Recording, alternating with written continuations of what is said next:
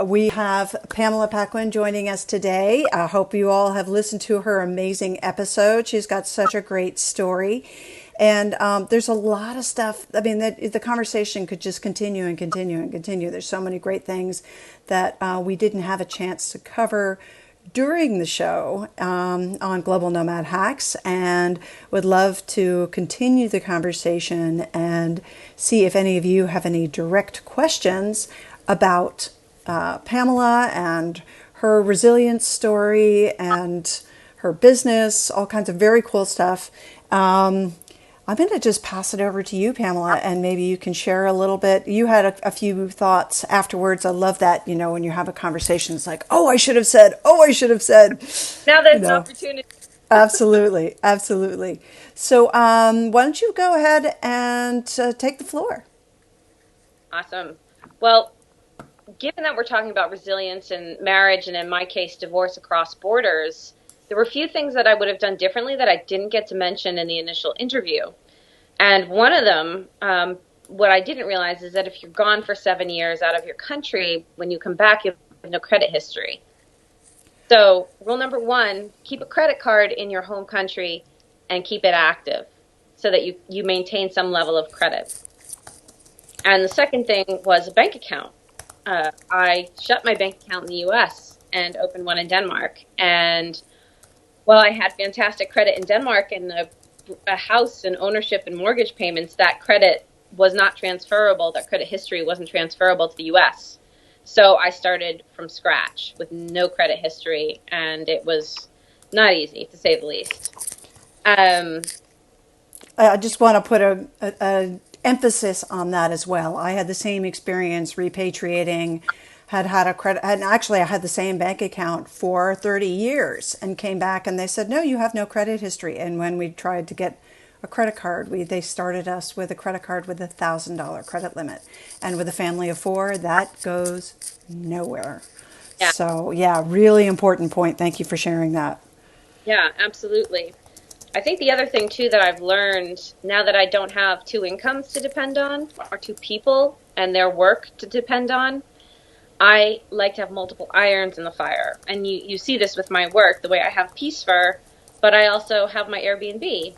And I was reflecting on that. Of course, the hosting with the Airbnb and the kind of forest farm retreat spa is a reflection of my career that I had in college. Essentially, that it was drawing upon that body of work.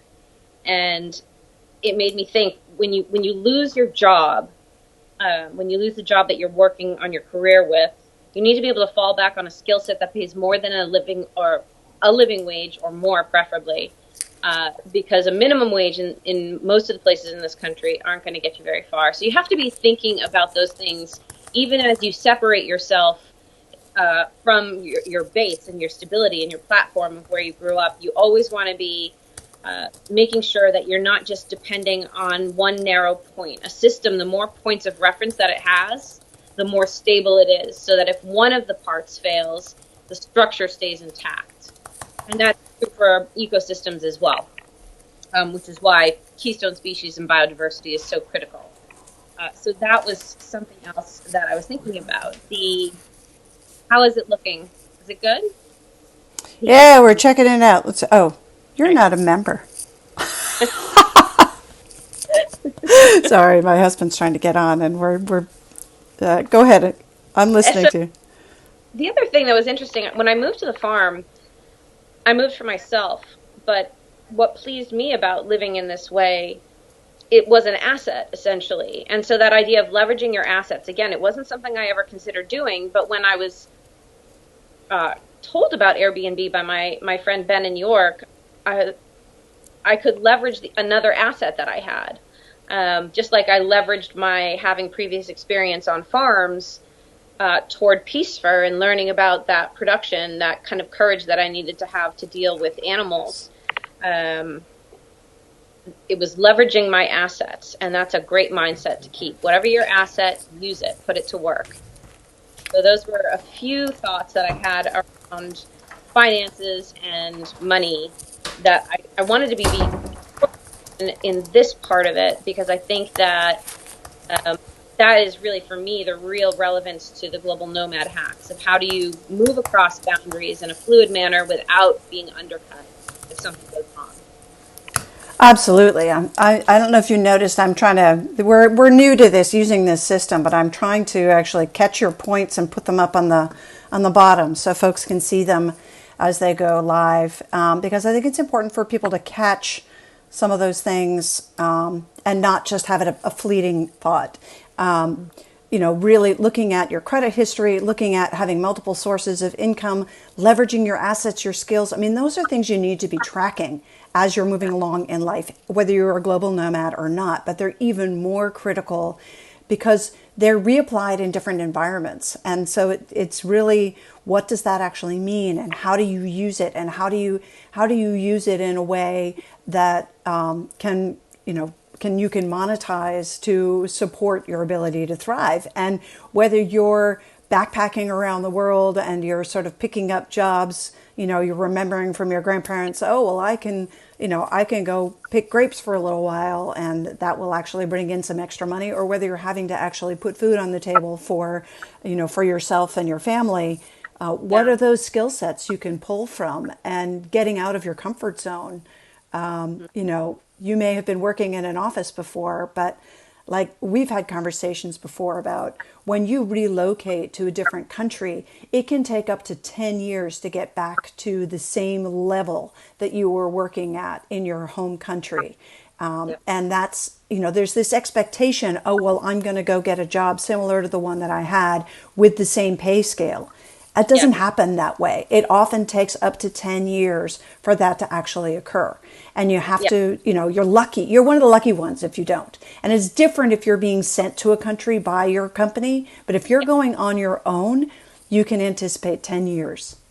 Yep, absolutely. One of the things that I thought about, because I was working out of MIT, directing the European Sustainability Group in Europe, which was great. So I had that back reference, but I wasn't partnering a lot with my colleagues in the U.S. I was doing most of the work with Europeans, and so what I found when I went back to the U.S. was that I hadn't really kept those relationships up strongly enough.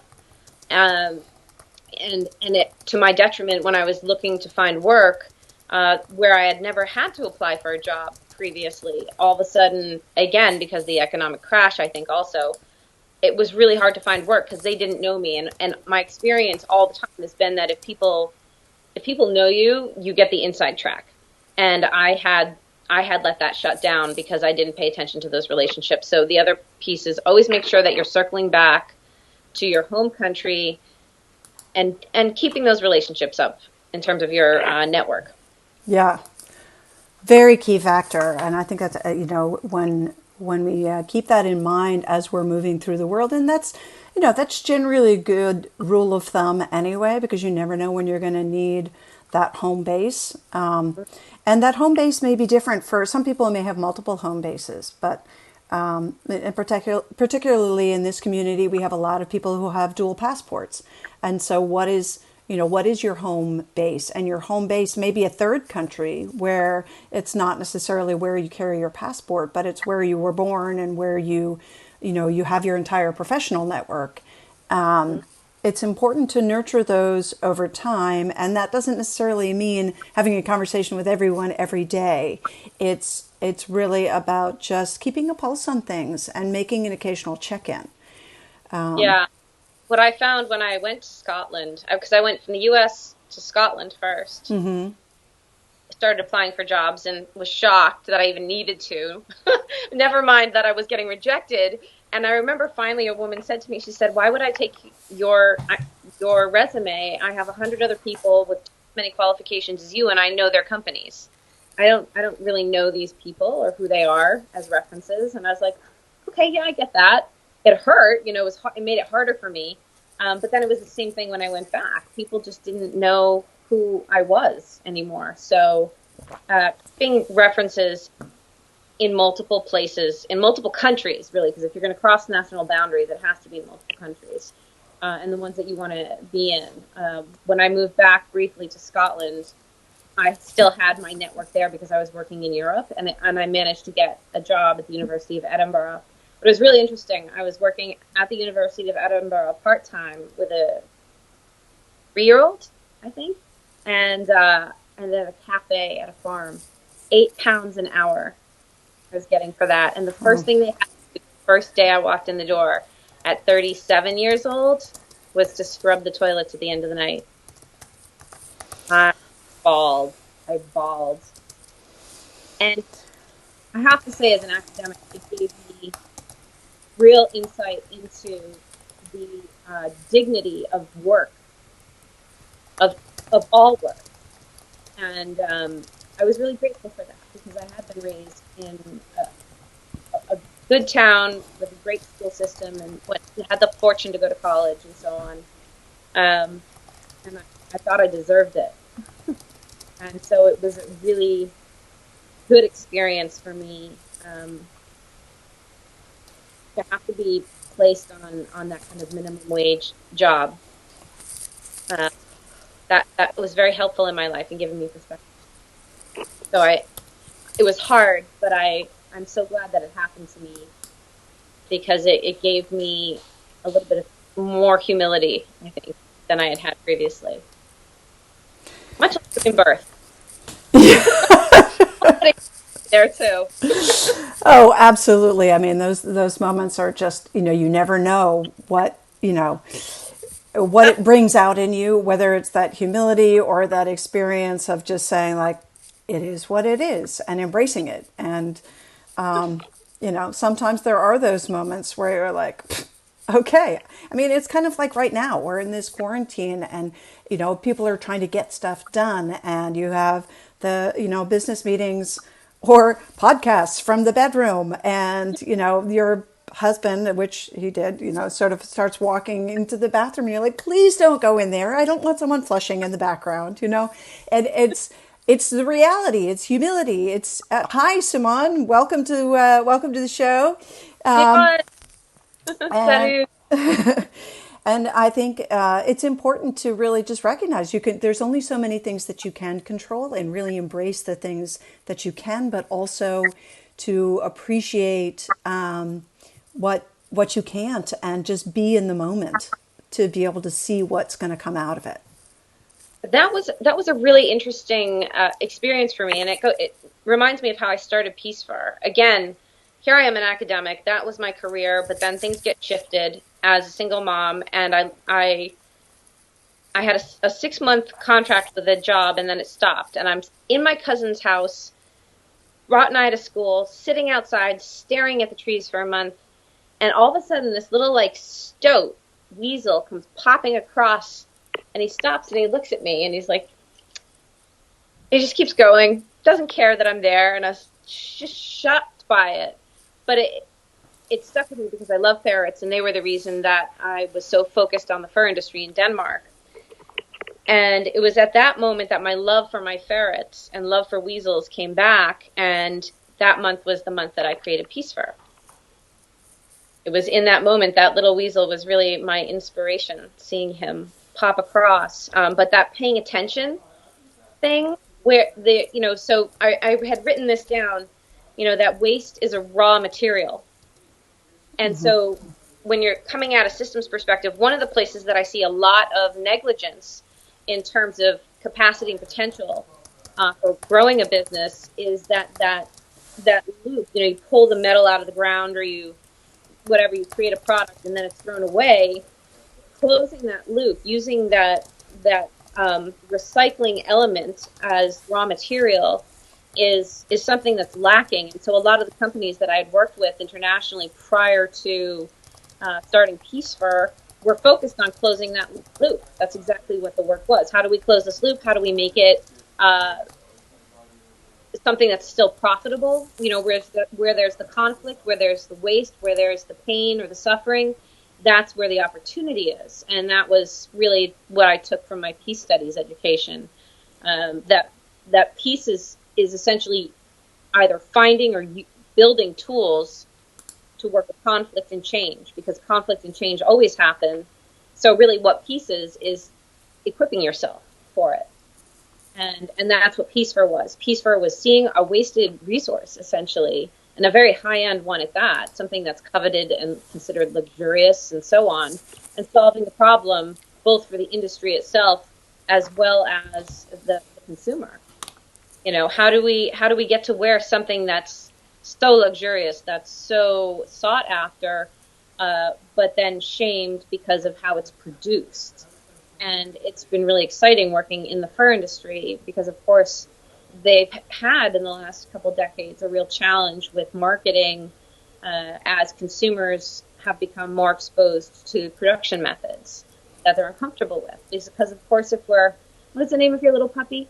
Lola. Lola. We're not going to put Lola in a crate for 2 years. And a fox has the same energy level as Lola does. So we're not going to put a fox in a cage for 2 years. It just doesn't make sense. And people recognize that now. And so I think those are the sorts of questions being answered of all the different types of industry. And that's where actually people who are global nomads, that those hacks that they've had to make in adjusting from place to place to place are very well equipped and suited in terms of their problem solving capacity to see those problems as a challenge or an opportunity.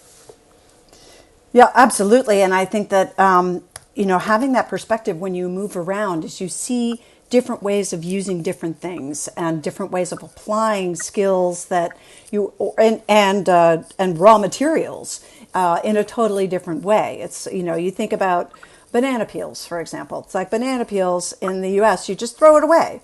And banana peels in other markets can be used. It has a whole nother lifespan after Yeah. it's been peeled off of the banana. And and that actually becomes part of the food system. It becomes part of the the nurturing, the growing of other things. There's so many other different elements, and every single thing that comes from this planet has something that applies like that. It's like a jug. My mother is sort of infamous for, she's always waiting for the end of the plastic water jug, because she uses it as a baler for her boat, and she's like always looking for the perfect baler. I mean, but that's a normal, sort of, how do you Yeah. repurpose things? And as a nomad, you see that repurposing and can take that and create something magical with it. Yes. There are two places that particularly inspired me with that work when I was abroad and then here in the U.S. In Denmark, it was a place called Kalundborg, which specializes in industrial symbiosis. And essentially it was a coal plant for energy that had fly ash as a byproduct, and it was shipping it out and having to pay to get rid of it. And then there was like a cement factory down the street that imported it to make the cement. And eventually they connected because their kids were on the same soccer team and started chit-chatting on the sidelines. And 50 years on, there's like almost 100 companies that are doing the industrial symbiosis where the waste product becomes a resource for another cycle, another product, another company.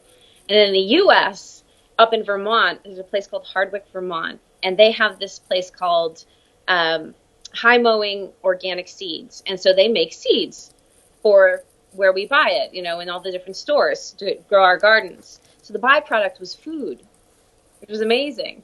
And they're very rural. They're probably like an hour from Stowe, a little more from Vermont, from Burlington. And this whole culture of terroir popped up. And then people started, there's like an apiary started making gin, and that's Bar Hill Gin. And then they were taking those byproducts and they were turning it into paint made from produce and gin. It's so magic. And then an industrial kitchen popped up, and locals are making products. And then how do you get that to the market in New York? And they're using a sailboat that's CO2 neutral going down the Hudson River. Love it. Just amazing, Yeah. Amazing problem solving. So I do think that people who travel abroad and get inspired by what they see in the world, that have that openness, that open mindset, become the problem solvers for the next generation, the next decade. And certainly it was that for me. I was very inspired by everything I saw when I went abroad. Peace Fur, actually, I was working with my friend Clementina, amazing kind of aristocratic woman who had a farm. And so we spent most of our time in wellies and rubber pants, driving around, like taking fecal samples. And we're driving down the road one day. It's one of these little 1.5 car roads, and you're going 60 down it, and the beach hedges are 30 feet high. You have no idea what's coming at you. And so a pheasant get hit a lot on these roads, and there was this dead pheasant in the road. She comes sliding over the car, picks up the pheasant, and I was like, "What are you doing?" It was dinner. Dinner. And she had been raised in the rationing years post World War II. So she very much had that mindset and mentality still in her head of the type of behavior and considerations that now we need. Like, for example, this week, how are we in this coronavirus fallout lockdown? How are we eating? And so having that ability to adjust your mindset is so helpful. Absolutely. I think, you bring up a really important point that we're all looking at right now, and that it's not just, what you find on the road, but what you find in your cabinets, in your shelves. Most of us that have traveled a lot have lived a life of abundance. And when you have the opportunity or have an experience like we have now, where you're sheltered in place, in quarantine, whatever it is called, wherever you are, there's really this moment of, okay, what do I have here in place that, if you didn't have a chance to stock up on the toilet paper and everything else, how do you modify the way that you eat, the way that you get things done? Do you, instead of throwing away that pencil when it gets down to a certain level, you work it all the way to the end? And with everything, it becomes this more sustainable thinking, and you become much more creative, whether you're making your own meals or pulling out that sewing machine that's been sitting in the back of the closet and mending something because you're not going to go out and buy something new. I think that there's actually a beautiful real wave in the maker movement, as well as sort of home cooking. My husband's taken up sourdough bread making.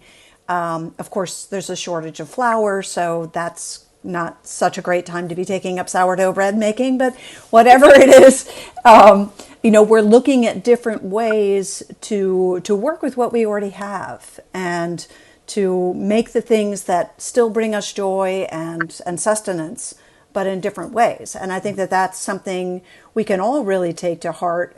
We often take for granted. Yeah, yeah, there's been a lot of that kind of learning. As you know, my horse took a dislike to a flock of turkeys and chucked me off of him just before lockdown happened. So not only have I been stuck in lockdown, but I've been stuck in lockdown with a broken ankle, not able to achieve much from the couch. Um, so that level of creativity and problem solving isn't just for me now. I'm watching my daughter do it. How do we navigate around the house? How do we take care of the farm? And I'm blown away by the capacity of every individual. That circles back to that point about, finding myself at a cafe making £8 an hour. We're no different than anyone else. Like, everybody has this capacity for brilliance. You don't need a education. You don't need to come from a good family. You don't need all the assets. We are capable of it. But what I think is critical is that somebody believes in you. At some point, somewhere in your life, there's somebody who says, wow, you are awesome. That was a great job. And I can't wait to see what else you do in life. And if you have that, I think that then you have the opportunity to risk and to try. But I think that's the difference. More so than any material thing, having someone believe in you, I think, makes all the difference. Well, absolutely. But I do think that, you're also a good example of it. There's times where you are in isolation and you may not have that champion who's right there. And so to continue to do that self work so that you can be your own champion is also really critical, because there are times, particularly when you're sort of the lone traveler, where you may not have that support system. I mean, we're fortunate now that we have technology to connect all of us, so you can reach out to your support system. But back in the day when we started doing the Global Nomad thing, it was, you send a letter and that phone call was really expensive and that came out of your limited budget. And it was really a question of like, do I need that lifeline now? It's, it's a different world, and we're fortunate to be able to have the opportunity to do that reach out. But being your own champion is also really important. Yeah, there were two songs really that kind of got me through a lot of it whenever I needed that like internal fire. I listened, and it's amazing. I listened to, especially Nia loved Katy Perry, Roar. That was a good one. Yeah. And then Britney Spears, Work Bitch. Like, I am a classic rock girl at heart, and I ended up with these pop songs, but they were so fierce. So and I needed that. I needed a feminine fierceness as a woman, and so I identified with those two songs. So we put them on and danced to them when we get the chance. But they're good. That's solid stuff right there. If you're alone and you can't get on the phone, throw on Britney or Katie. I love that. It's so true. I think, and it's a very bonding experience to have that moment when you're, with your child or with your sibling or whatever, and you put on your theme song and you dance in the kitchen, and it's just like sing at the top of your lungs, or sit in your car if that's your only chance. Like sit in your car and sing it at the top of your lungs, and that's very empowering. And if you're out and about and, someplace that you can't get to a quiet place, just, listen to it on your phone and just staying inside. But it's like, there's something about music that can help us get more centered and feel empowered. And I think that's something it was interesting. So one of the earlier episodes, I interviewed my niece, and she did this amazing gap year. But one of the things that she loved about her experience was she picked up a ukulele at one point and just started playing, and the connection that it made with her peers and with people that she didn't share language with, and the community around her. And it was like this cohesive tool to be able to connect with people through music. And, and it helped her feel less isolated. So, I think music is a cool tool. When I was holding those gatherings in Europe, I always brought in music because everybody came from different countries, and not everybody was equally fluent in whatever language we were working in.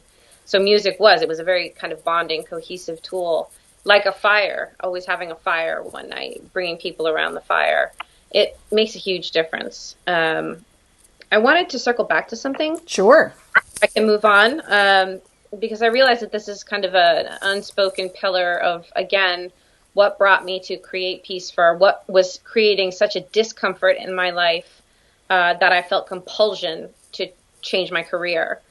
And it was the awareness of the amount of plastic that we were consuming.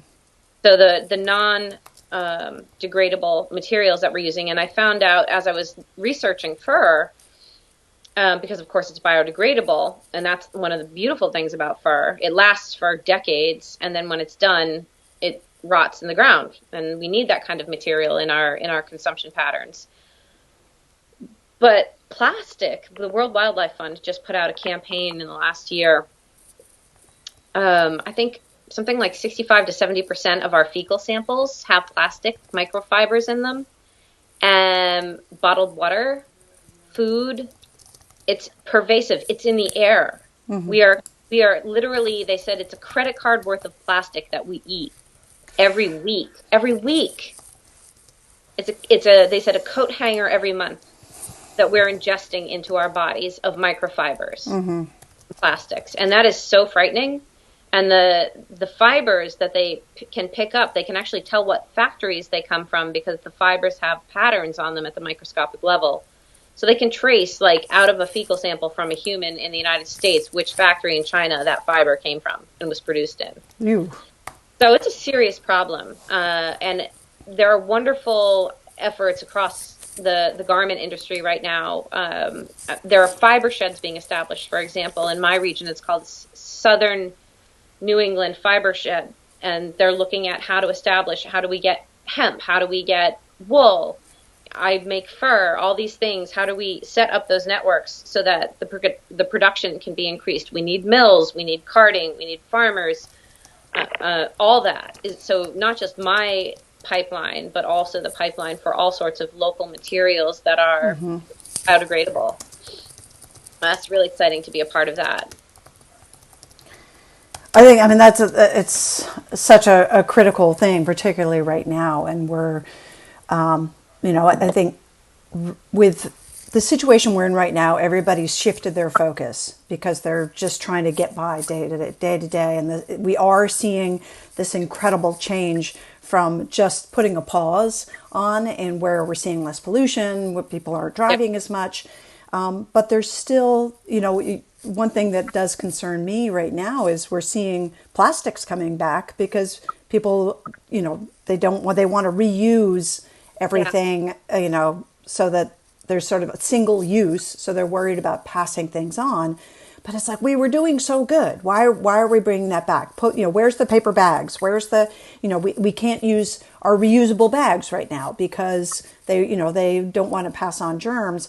But and yet those microplastics that are in everything else, we're increasing those again. So what are some of the things that you've thought about? I mean, obviously in the clothing industry and the garment industry, that's one side, but there's so many other places that they're being integrated as well, whether it's from, when we order we have twice a week, we have these meals delivered, and they're not full meals, but they're basically, gives you a different menu option, but everything is in small little packets. And it's like, Yeah. can't we remove those? What can we do to replace that? Can we send them back the jars and have them refill them? What are some of your thoughts on that? It's been really interesting, especially in the food industry. I'm focused more on the production side of food than I am on the packaging side, except as a consumer. I get, again, I have my farmers now that are producing milk in glass jars. I know that from a piece fur perspective, when I give a client my fur, they get it in a picnic basket made in Jaffrey, New Hampshire. Peterborough baskets. Peterborough baskets. So you get this beautiful ashwood basket from a company that's like 150 years old with a linen lining so that it's breathable. It's a wonderful way to store fur, but it's also making the point. And I experienced that in Denmark, actually, when I would go shopping. It was not enough to have reusable bags. You actually had to have a basket. And so all the very cute women would walk around after they kind of pranced off their bicycle to go into the store with their baskets, and that's how they would shop. And it was like this whole aesthetic experience. But they were proud of that, and they went shopping more than once. I think it's because you live in the towns, and then it's not so spread out. You don't have to go so far to get your food. So there's something about that and the way that we're setting up our cultures. You may have seen this in southern Sweden as well, where I noticed when I was over visiting that the towns were no farther apart than an hour carriage ride by horse. And that was very intentional so that people could gather and they didn't have any more than a half an hour to get into town. But thinking about space and how we use space so that we can create systems that don't require such disposable infrastructure. On the production side of things, when it comes to plastics, I'm looking more at how do we rotate grazing so that we're not depleting the soil, and what different types of species of animals can be grazed together after each other. So, for example, if you have sheep, they're prone to a type of liver fluke, and you want to bring in chickens and have them graze so that they reduce that parasitical load in the dung, so that the next time the sheep come through, those parasites aren't there. And then the yields from the forage of an organic pasture over time increases, actually. So the cows or the sheep, they're eating less, but its value of nutrients is actually the same or higher. But it takes, again, it takes a decade to let itself build itself up, actually. It does it on its own. And what that does, again, is it reduces the need for petrochemical fertilizers. And what does that do? Well, it reduces our reliance on petrochemicals, but it also reduces the production of those and the toxins that are a byproduct of that process, but also what we're seeing in the waterways when that fertilizer gets into the waterways and, ends up polluting it and killing fish and ending up in the Gulf of Mexico and so on. So that's I focus more on that end of things. Yeah. Yeah, well, And and we've got a lot of work to do there. A lot of work to do there. So, I mean, and every little bit helps, whether it's doing sustainable furs or whether it's, doing the farming the way that you're doing and giving people the experience where they can come in and go stage your wigwam and take a forest bath and really experience that, it can be, you can experience luxury without damaging the environment. There's so many different ways that we can bring this into our thinking, and I think that's one of the biggest challenges is getting people to change their mindset on what's possible. I love the yes. way that you're doing that with your work. You want me to tell them about the forest bath? I totally want you to tell it. I wish people could see it. Oh my God. Well, it's like in the middle of the woods by my wigwam. I have two cast iron tubs sitting next to each other, which I dragged 100 feet down to that place by myself, which was pretty awesome. But literally, people kept asking me when they come to the farm, we'd love to take a bath. We'd love to be out in the woods. Like, how do we get that? And I was like, no, you're off grid. You can't have that. You're coming here for an off grid experience. But there was enough people asking for it that I was starting to think about how I'd answer the question. And I found it in the most unlikely of places, which is this guy. I started Googling, kind of off-grid hot tub, off-grid, bath. And I found forest baths. And I found this guy named Gomer in Maine. And he said, Gomer's Redneck Hot Tub. And I mean, they're very pretty aesthetic versions of this, but he just drilled down on the practicalities and the operations of it. And here he was up in Maine, buried in snow, chucked it in this old cast iron tub he dragged out of his house like 20 years ago, put the snow in, dug a hole, and there was a hole underneath it, lit a fire underneath, and like 45 minutes later, and maybe 6 Coors Lights, that he'd plowed through in the meantime, Gomer had his off-grid, all-natural forest bath. And I was like, oh my God, this man is a genius, you're a muse,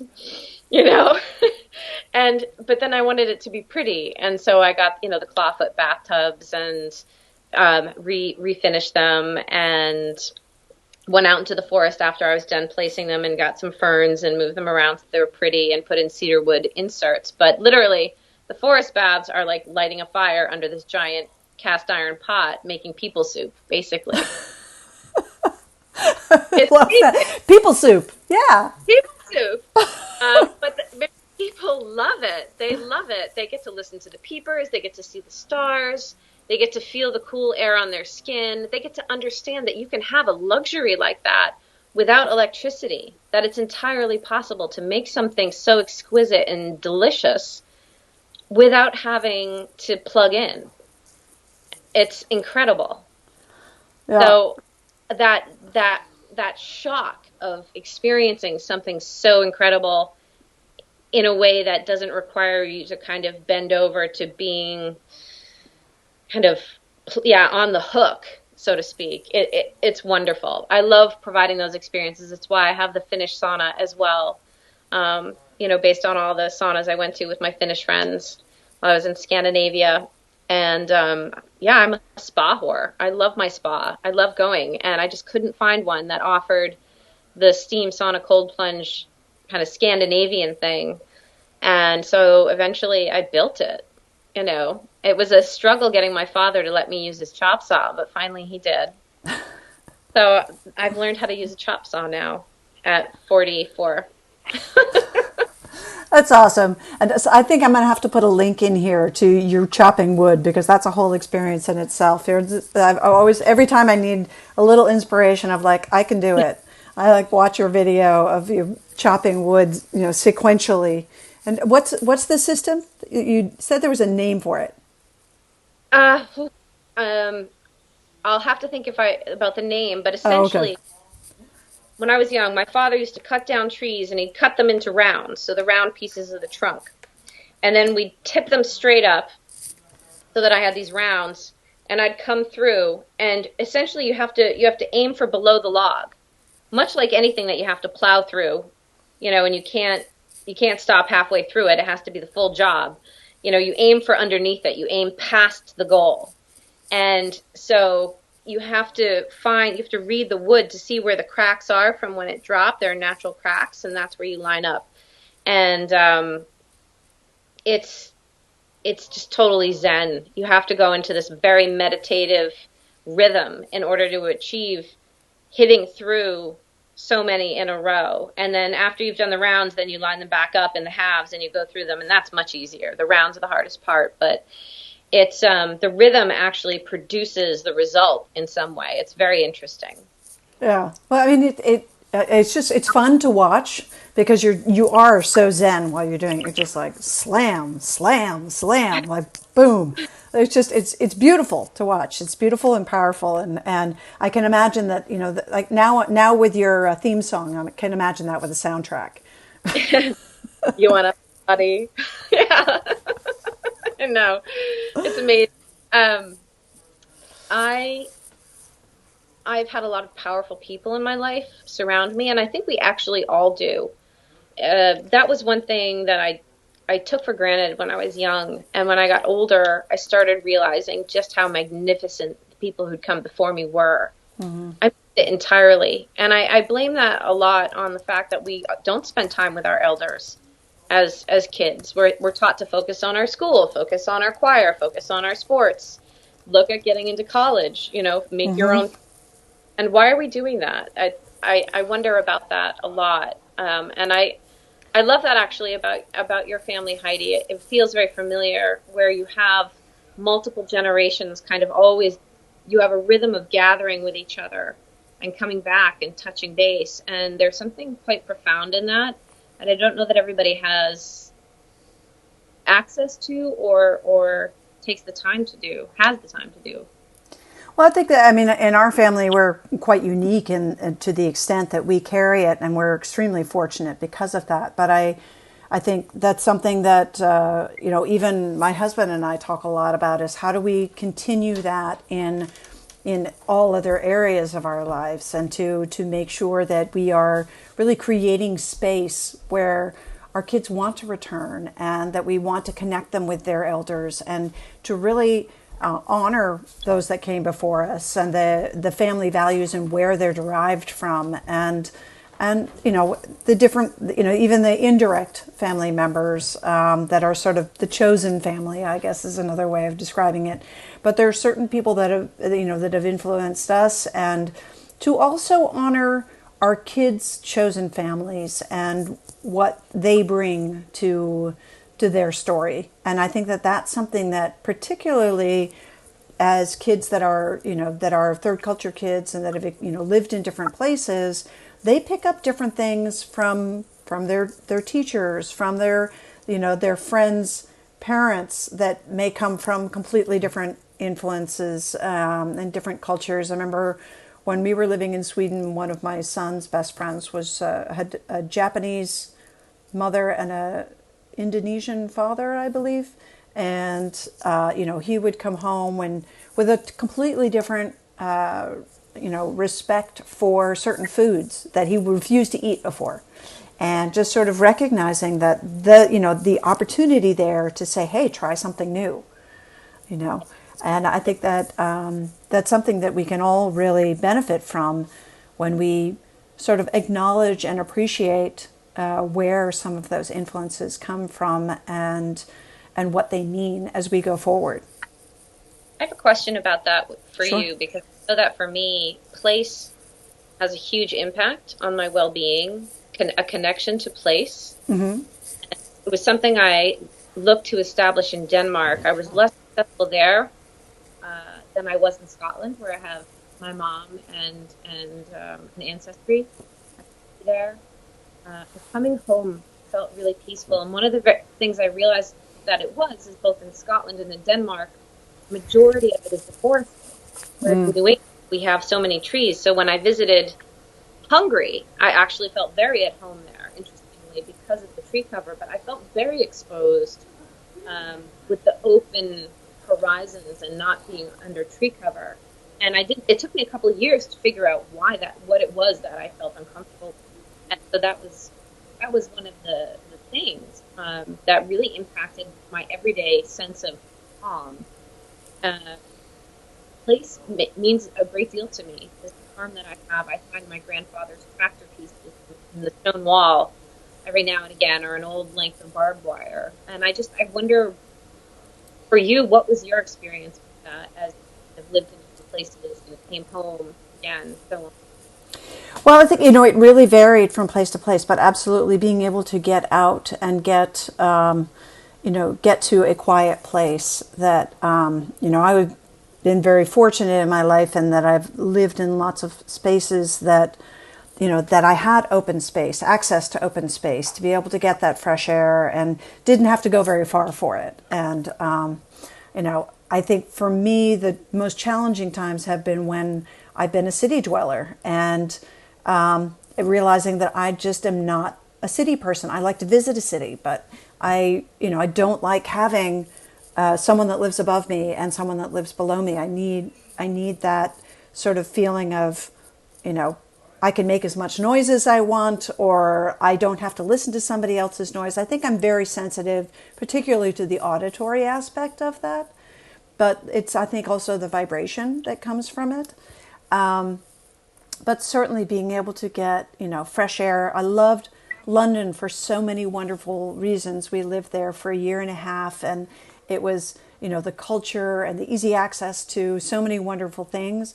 But one of the reasons that we were able to really thrive there is that we traveled a lot. And so we were able to get out and go to the Alps and go hiking and go, we really made an effort to leave often or go out to the Cotswolds or, really explore different areas.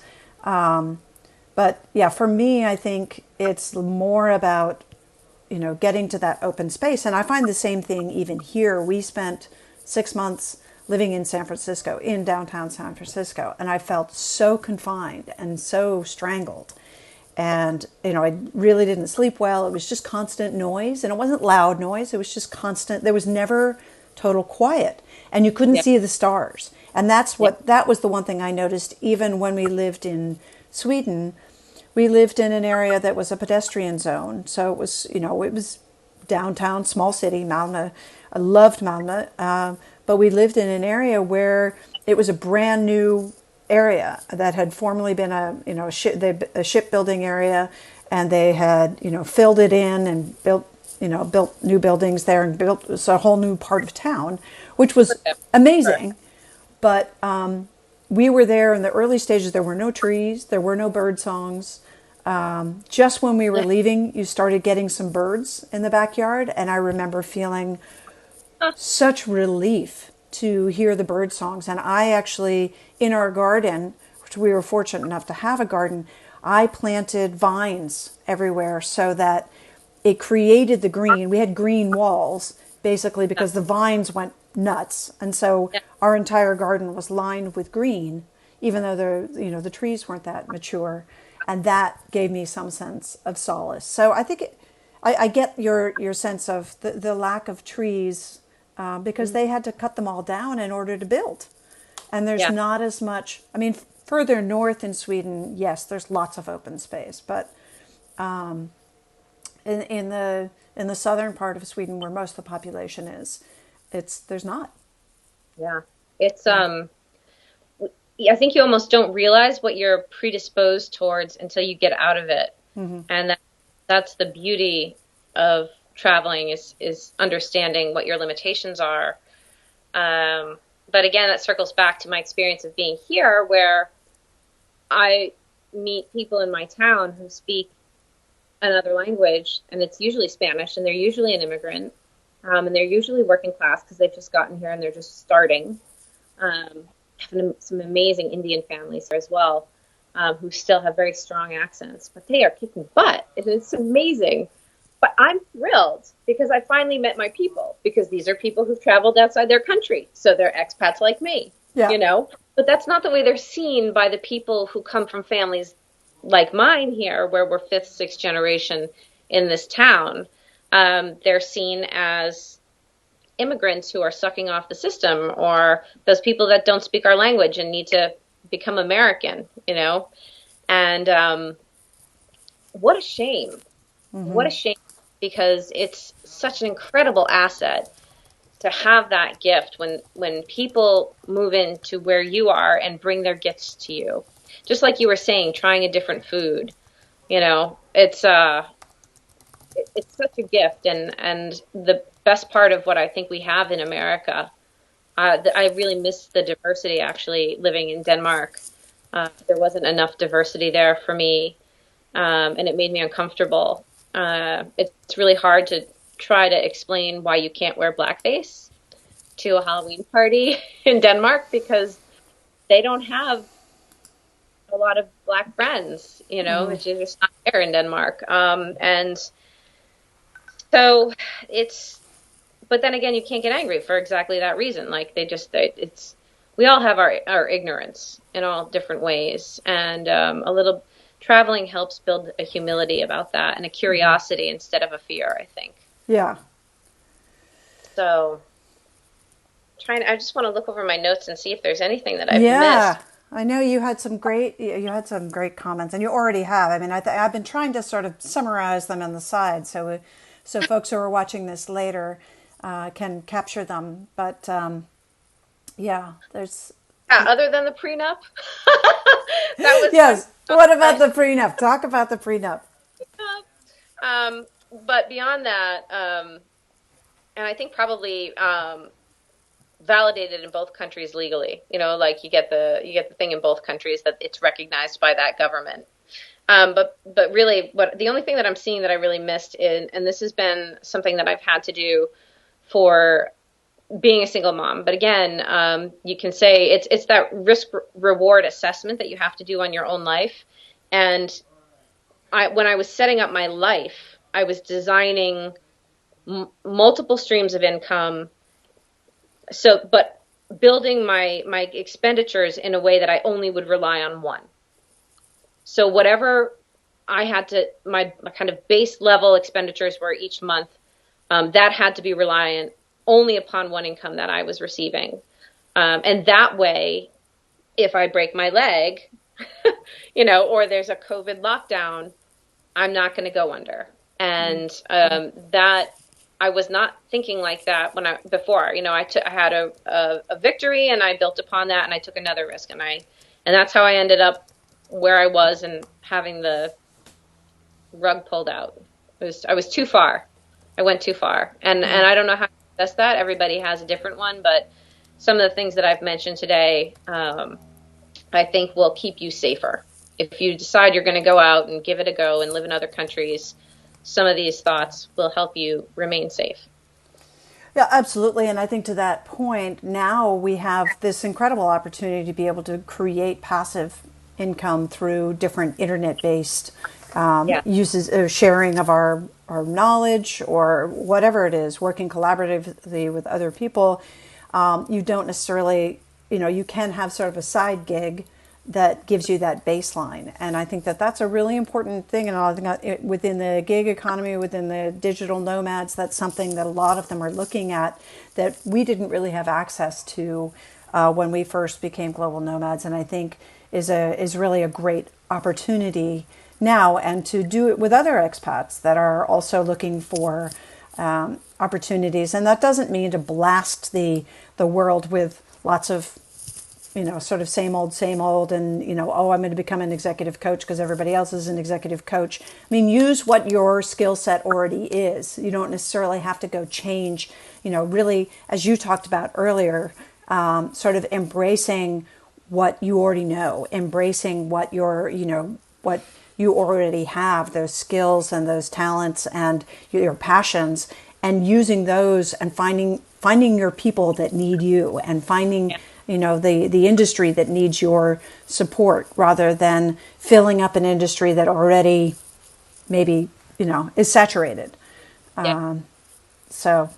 The designing of Peace Fur, it's been really interesting because obviously you could see this recession coming a mile away. Like, we knew that this was coming eventually.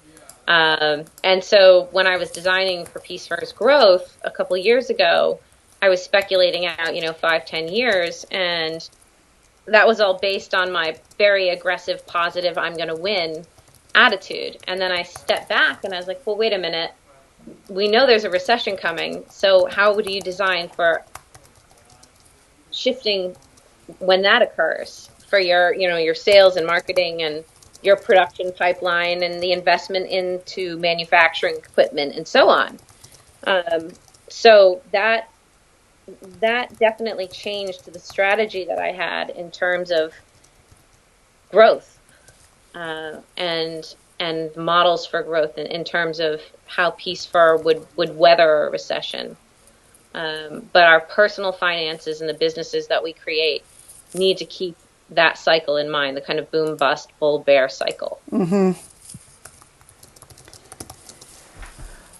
Yes. I'm sorry. I'm just trying to think of, our time is getting close to the end, and I want to make sure that we cover all the things, because we chatted a little bit beforehand of like, oh, there's always those extra things in the conversation. And of course we can always bring you back, but want to take advantage of the fact that you're here and now. And I guess my one question, and we talked a little bit about this before, but, and you have this amazing daughter, and I think, some ideas that you might be able to share on parenting through a challenging time with resilience. I think I think that might be sort of the closing note, because it's so easy to focus on your incredible business and what you've accomplished with your farm and all of these physical, very visual things that we can create and sustain, and yet it's still a work in progress, and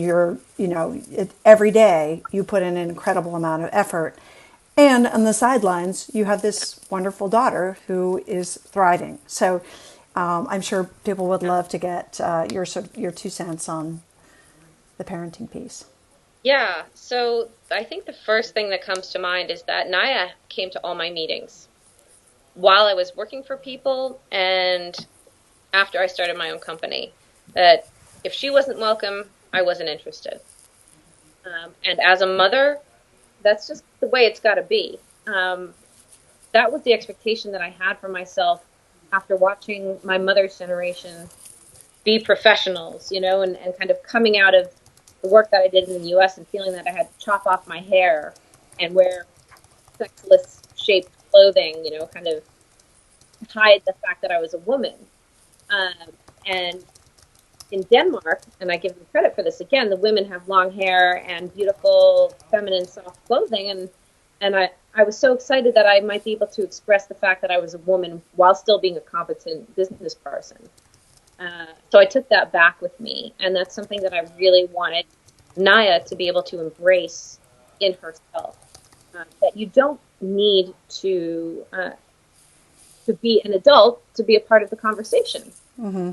And she is constantly playing with the little pieces of fur and feathers. She started a little feather company at one point. She wanted to make brooches like they do in Scotland, that go on the hunting jackets and so on, because our chicken died and we had all these feathers. And so she started making things, and I was like, here, make some products. And she did, and it was amazing. And she sold some. It was super cute.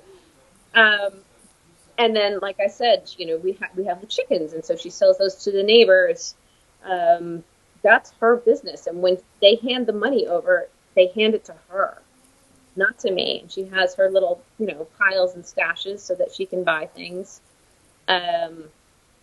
Keeping her a part of the conversation. She comes with me everywhere. Giving her the opportunity to practice taking care of herself. And feeling competent in that. But, that said, especially in the first younger years, Naya was constantly in bed with me. I find that's something that people really struggle with. She was a great sleeper, and I was really grateful for that. But I kept her with me because the two of us were alone together. And I was neurotic at the idea of, is she okay? I'm a first-time mom. I don't have a husband with me. My mother's a couple thousand miles away in Scotland. I was on my own. And actually the first day that she was able to open the front door and walk out of the house, I cried, but it was with relief. because I knew if something happened to me, she would be okay. And is like exactly the inverse of what you'd think you'd normally feel. You'd be nervous that a toddler could walk out the door. So Naya from the start has really been welcome into the adult space, and also her timing of how life goes is something that I take into consideration as I've designed my day and paying attention to my own productivity levels. So I try not to schedule anything before 10 o'clock to make sure I can get everything in order. And then 10 to 2, I'm really productive. And then after 2, I'm wrapping up. And from 5, it's dinner and child. And maybe at 8 o'clock when she goes to bed, which she still does, even as a 10-year-old, even if she's not sleeping, I need my space. And she's great about that. And then I can do more, whether that's just like sit with a glass of wine and watch, I don't know, the Late Show, or talk with a friend or whatever, because I'm not going out. I don't have a social life really, so I have to be very happy here. I'm running my companies. I'm driving my daughter 2 hours a day to school because it's important. And in the beginning, it was hard to shake off that sense of anger about not having access to my social life in the way that I used to. But I'm doing other magnificent things right now, including my daughter. Just like, she is actually the main project. She's the main project, and then building whatever.